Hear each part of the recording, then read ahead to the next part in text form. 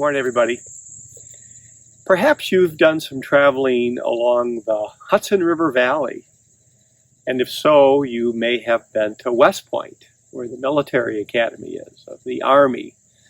Well, it was on this date in 1780, September 21, that Benedict Arnold gave plans to West Point to the British.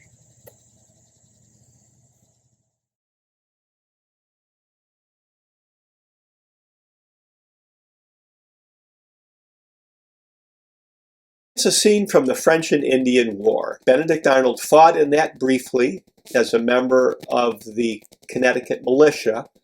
Didn't really distinguish himself, but did get some experience.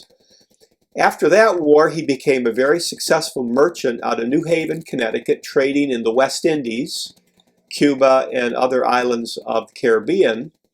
So when Parliament passed the Sugar Act in 1764, Benedict Arnold was quite upset about that, as were many colonial merchants, and he joined the Sons of Liberty.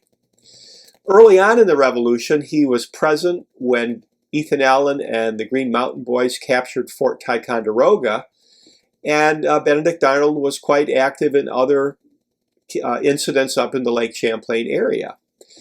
Well, one of his famous events was to take a group of men through the wilderness of Maine. Here you see them portaging through some rivers, to go into Quebec and capture Quebec City. Almost worked, but not quite, and eventually he had to leave Canada. He had been wounded. One of the goals of the British was to control the Hudson River Valley so they could separate the New England colonies from New York and New Jersey. And it's in that context we have the Battle of Saratoga in the fall of 1777. You can see Saratoga on this map. Arnold distinguished himself there.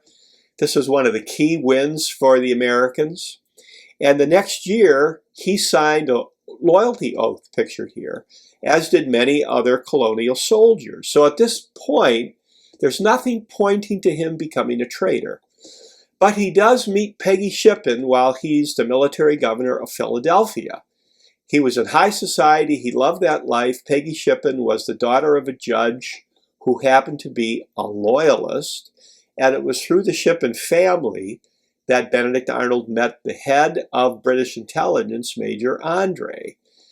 And he decides to betray his country. And there are lots of reasons why people think it's kind of a long story. But I think most agree if he hadn't met the Shippens, he probably wouldn't have done it. And the goal was West Point, where Benedict Arnold was the governor, so to speak. So here you see that they would do cables across the Hudson to prevent ships from going up and down. Here's a close-up of West Point. And the British were very interested in this. So it was on this date in 1780, September 21, that Arnold actually gave the plans of West Point to Major Andre. And here's one of the letters he used.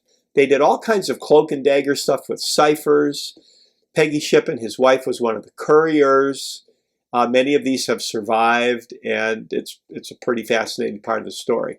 But Major Andre got captured. He was going to take a ship somewhere, but something was wrong with the ship, so he was on horseback. He got captured by militiamen. They found out he was carrying treasonous things. He was court-martialed and hanged. And here's the spot where he was hanged and buried near Tappan, New York. Later, his body was dug up, and now it's in Westminster Abbey in London. Well, when he got captured, Benedict Arnold realized the game was up. He fled. He's being rowed to a British ship. He did fight against the Americans a little bit, but eventually moved to England, where he was sort of disrespected by everybody. And he's buried today here in the basement of a church in London, which is also a preschool. So there's his grave right next to the fish tank.